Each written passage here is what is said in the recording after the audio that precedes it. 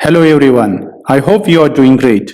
In this lecture video, I will discuss about introduction to nanotechnology, various types of nanoparticles and nanotechnology evolution time. So let's get started. Subscribe to Dr. Khalkar's classroom channel and press the bell icon to get latest updates.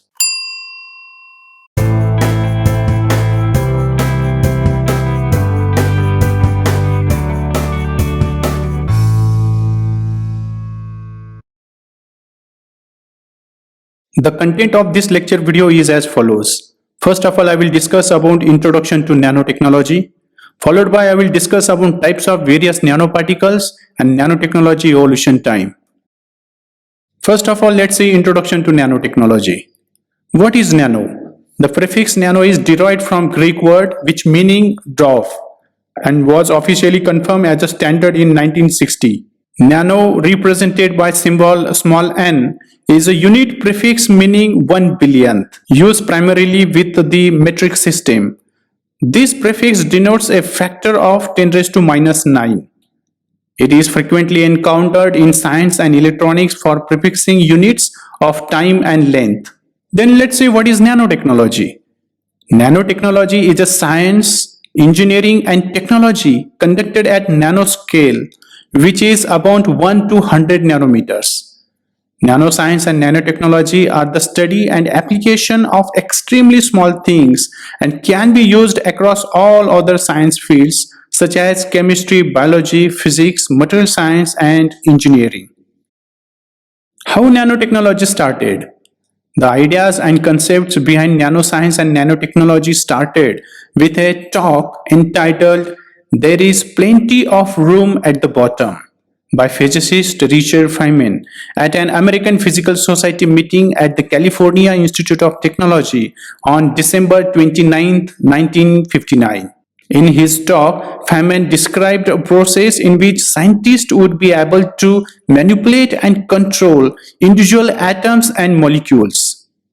Over a decade later, in his explorations of ultra-precision machining, Professor Norio Taniguchi coined the term nanotechnology. It wasn't until 1981, with the development of the scanning tunneling microscope that could see individual atoms, that modern technology began. The physicist Richard Feynman, the father of nanotechnology, is shown in this picture. Nanoscience and nanotechnology involve the ability to see and to control individual atoms and molecules. Everything on earth is made up of atoms. The food we eat, the clothes we wear, the buildings and houses we live in, and our own bodies. But something as small as an atom is impossible to see with a bare eyes. In fact, it's impossible to see with the microscopes typically used in high school science classes. The microscopes needed to see things at the nanoscale were invented in the early 1980s. Once scientists had the right tool, such as the scanning tunneling microscope, that is STM, and the atomic force microscope, that is AFM, the age of nanotechnology was born. Although modern nanoscience and nanotechnology are quite new, nanoscale materials were used for centuries.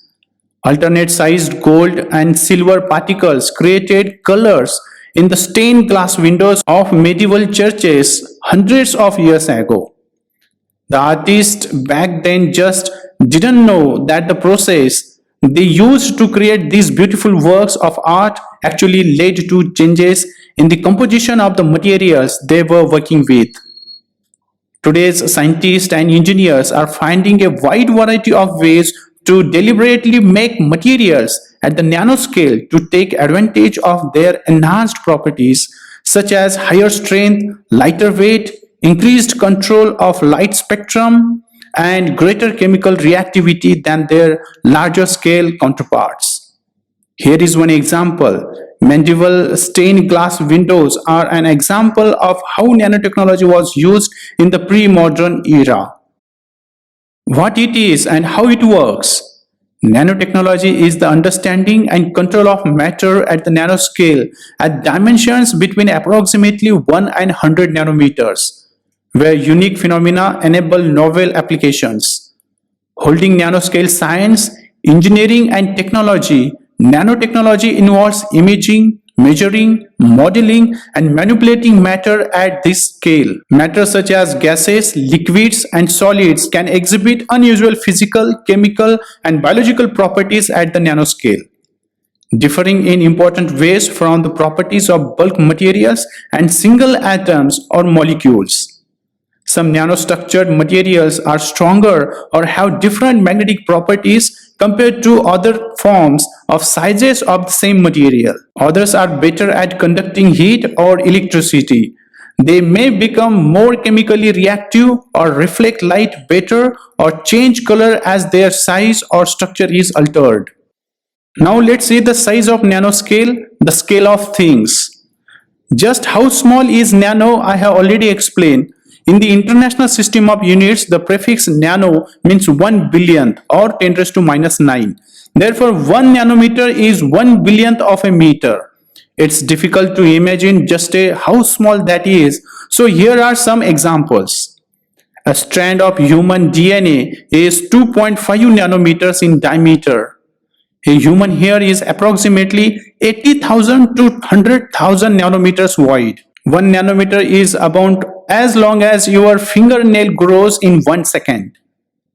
The illustration shown in figure has visual examples of the size and the scale of nanotechnology, showing just how small things at the nanoscale actually are. Similarly, the example, the scale of skin to DNA molecule is shown in this figure, where a human hand skin to its DNA molecule are shown from the scale of 10 centimeter to 1 nanometer. Now let's see the comparison of nanomaterial sizes. The size of nanoscale objects and phenomena compared with the size of small everyday objects are shown in this picture. It provides some sense of how this scale relates to more familiar everyday scales. In last 2 decades, researchers began developing the ability to manipulate matter at the level of single atoms and small groups of atoms and to characterize the properties of materials and systems at that scale. This capability has led to the surprising discovery that clusters of small numbers of atoms or molecules, nanoscale clusters, often have properties such as strength, electrical resistivity, and conductivity or optical absorption that are significantly different from the properties of the same material at either the single molecule scale or the bulk scale. For example, carbon nanotubes are much less chemically reactive than carbon atoms and combine the characteristics of 2 naturally occurring bulk forms of carbon, strength, that is the diamond, and the electrical conductivity, that is graphite. Furthermore, carbon nanotubes conduct electricity in only one spatial dimension, that is along one axis, rather than in 3 dimensions, as is the case of graphite. Nanoscale science and engineering also seek to discover, describe, and manipulate those unique properties of matter at the nanoscale in order to develop new capabilities with potential applications across all fields of science, engineering, technology, and medicine. What is so special about the nanoscale? Scale at which surfaces and interfaces plays a large role in materials properties and interactions. Nanoscale materials have far larger surface areas than similar masses of larger scale materials. As surface area per mass of material increases, a greater amount of the material can come into contact with surrounding materials, thus affecting reactivity.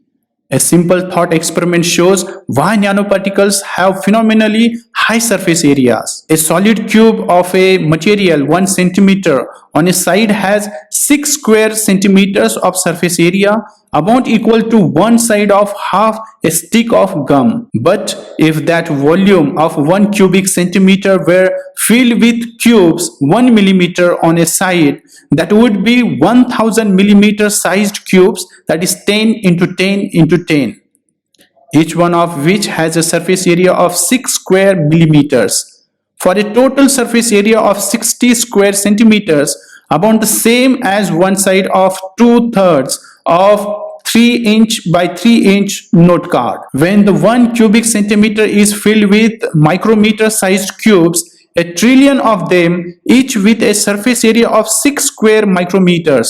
The total surface area amount of 6 square meters or about the area of main bathroom in an average house. And when that single cubic centimeter of volume is filled with 1 nanometer sized cubes, each with an area of 6 square nanometers, their total surface area comes to 6,000 square meters.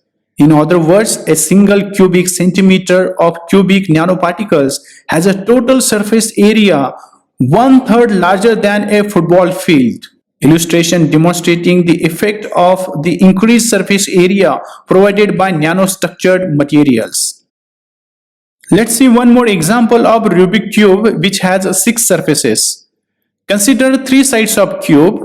Therefore, surface is equal to 3 square into 6 equal to 54. Therefore, we can have volume is equal to 3 cube equal to 27.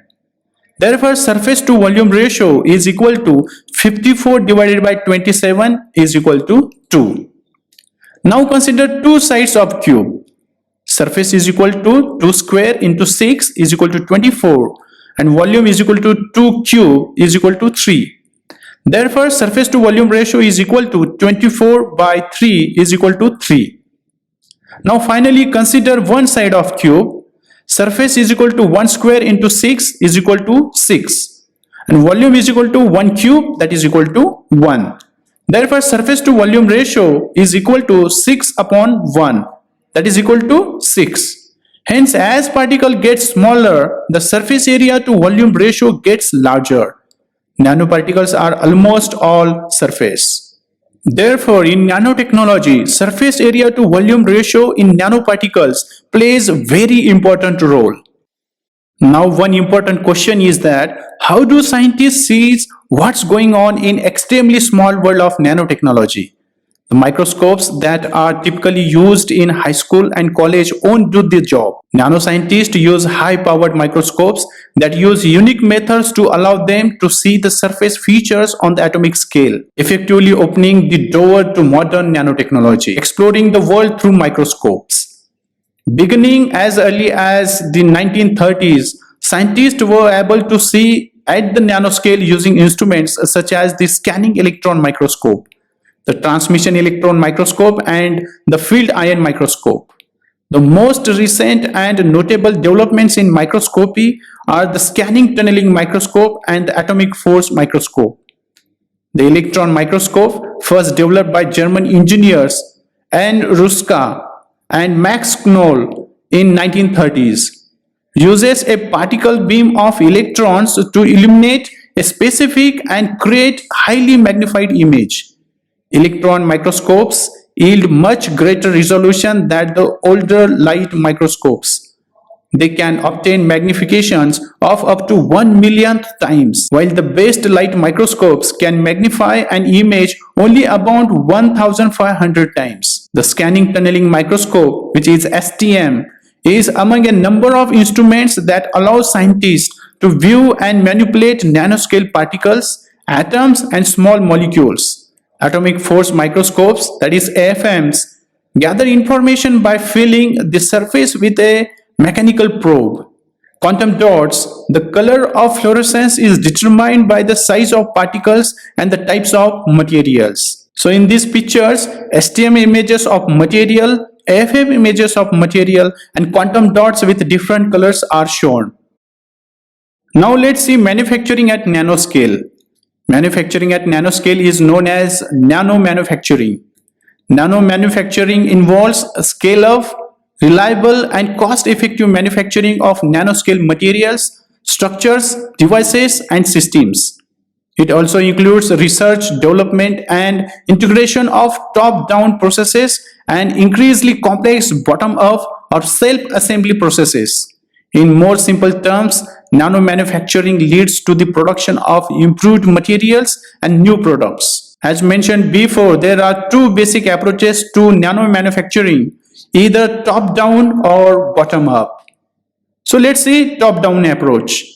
Top-down approach involves the breaking down of the bulk material into nano-sized structures or particles.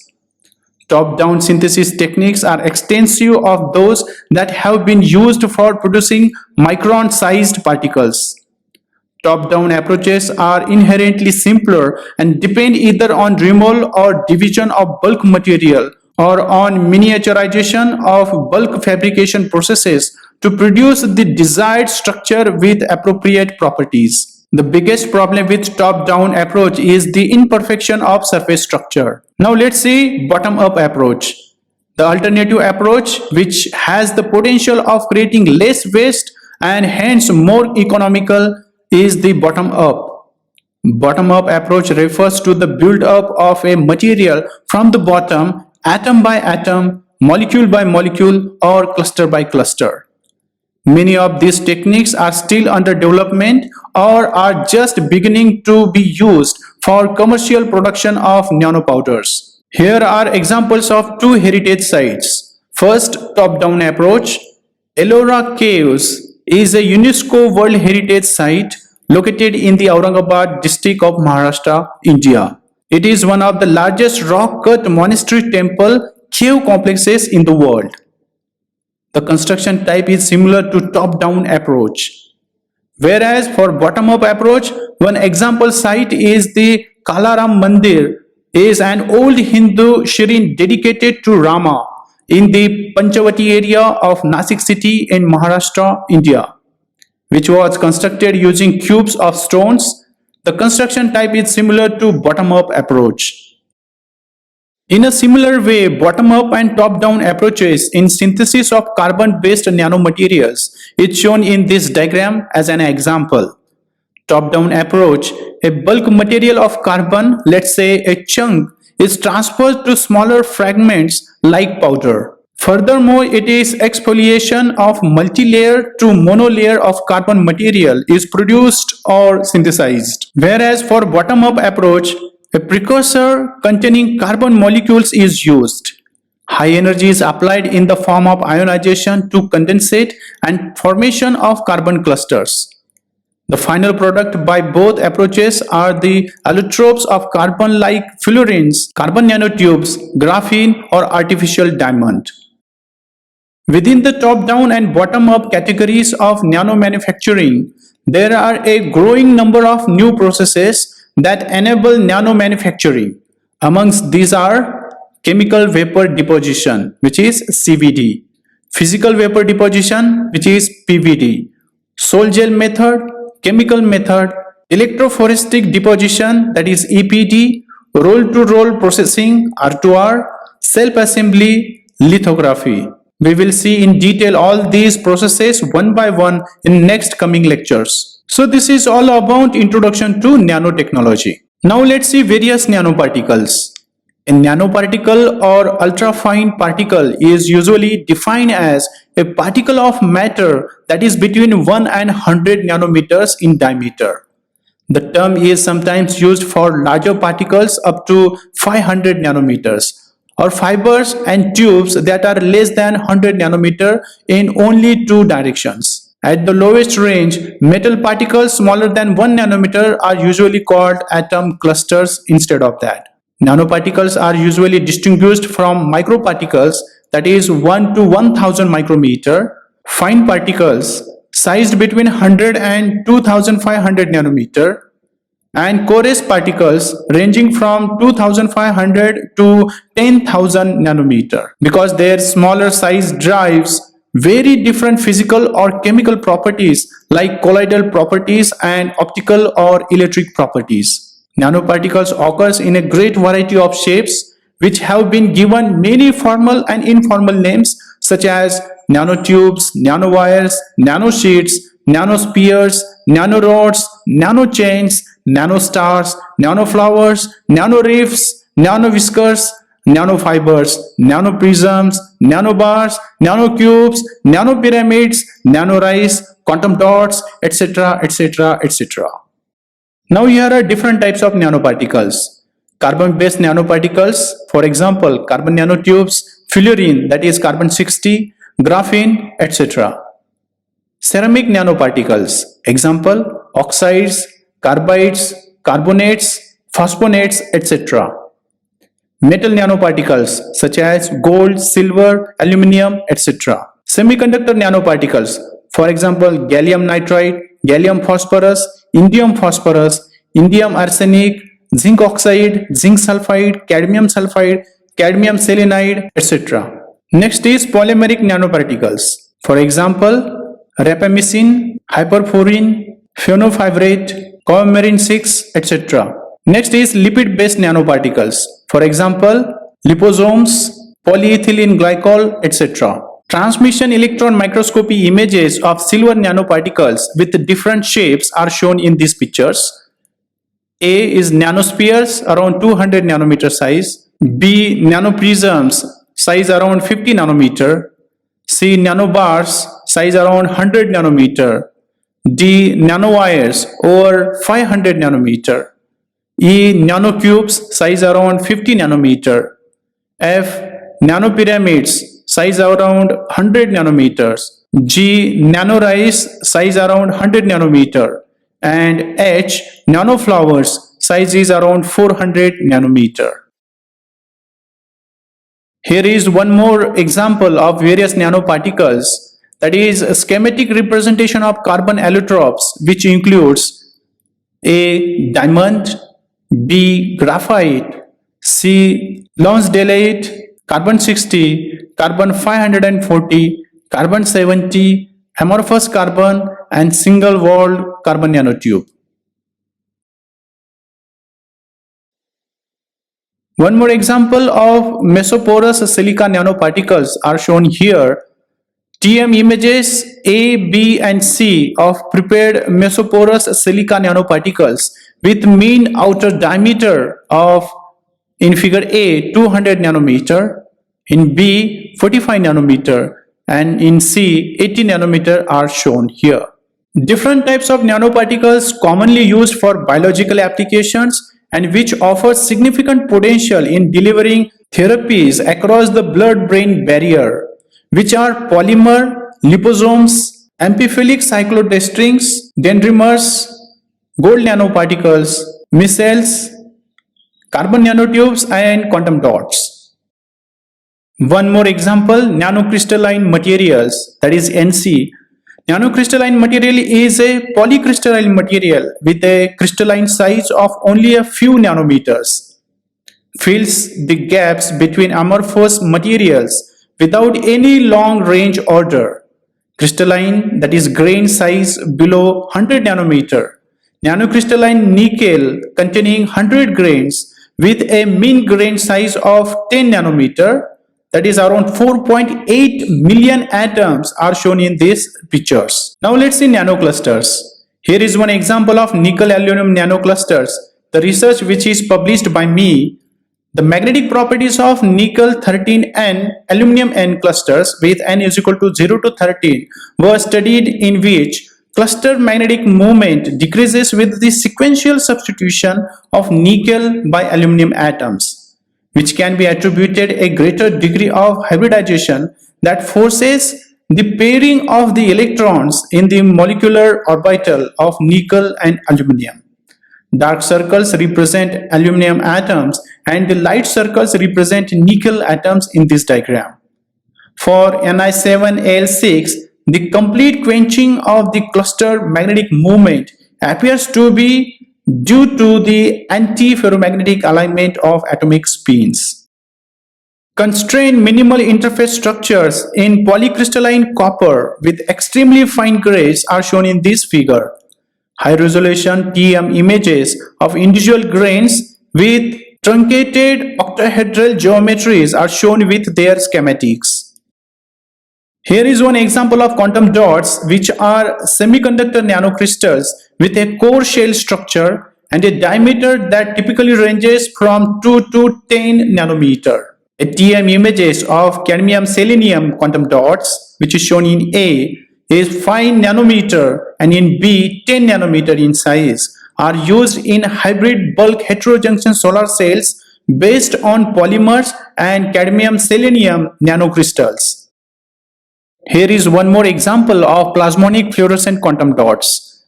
TM image shows quantum dots is encapsulated by a thin gold shell of 2 to 3 nanometer, and schematic of gold shell encapsulated quantum dots are shown here.